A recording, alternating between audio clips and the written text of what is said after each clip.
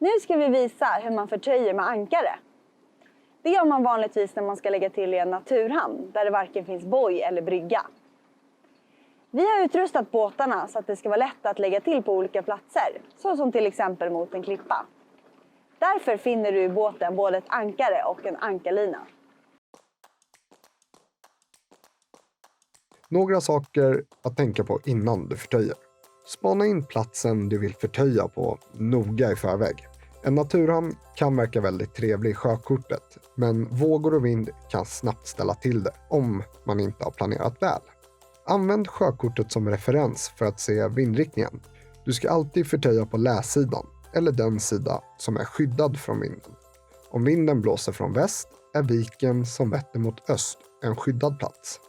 Förutom vinden ska man tänka på var vågor kan komma ifrån och om det finns mycket båttrafik i området.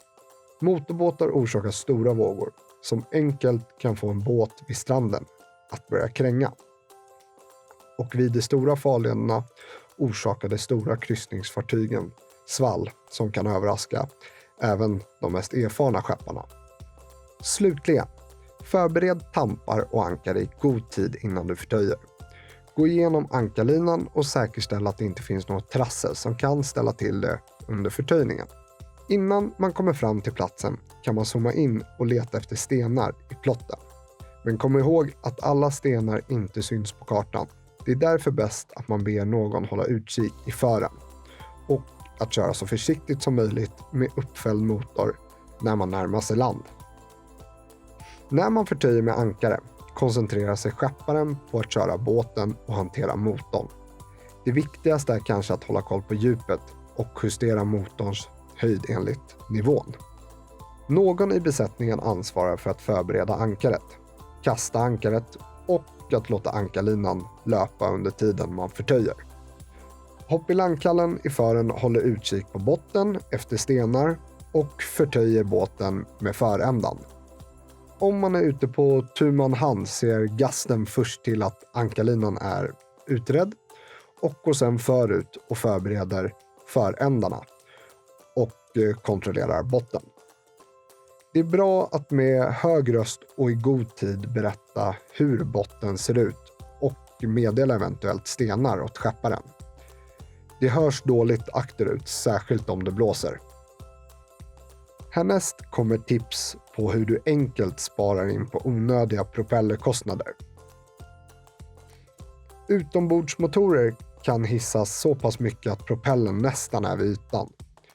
Så högt behöver den dock inte alltid hissas, utan att det räcker med en liten vinkel för att skydda propellern. När man hissar motorn är det bra att komma ihåg att båtens styrförmåga och gas samt bromsning försämras avsevärt. Det är bra att alltid hissa upp motorn då man rör sig i grunt vatten.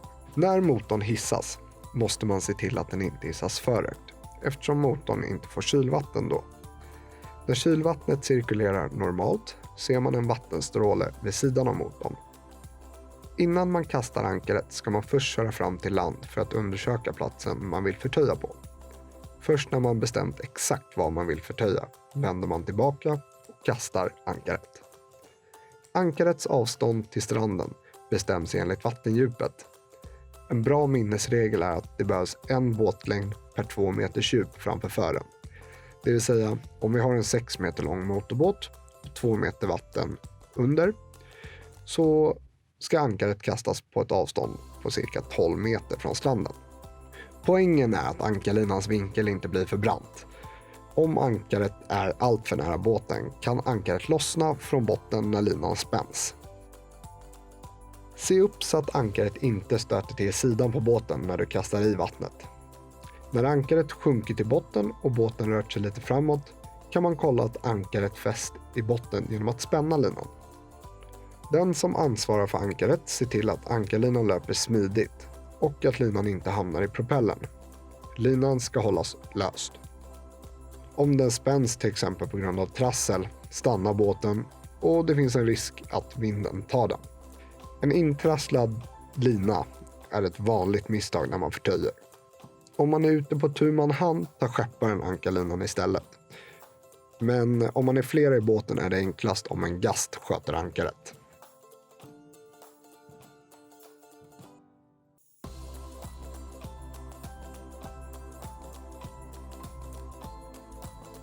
När avståndet är lämpligt hoppar medhjälparen i fören i land med förändan och förtöjer tampen runt en sten eller ett träd.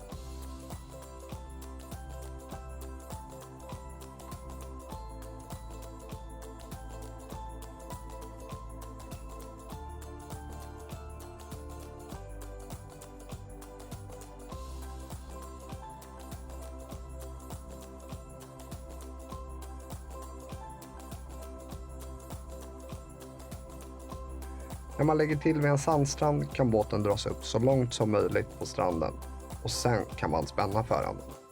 Om man till exempel lägger till vid en klippa ska man se till att fören på båten inte stöter mot klippan.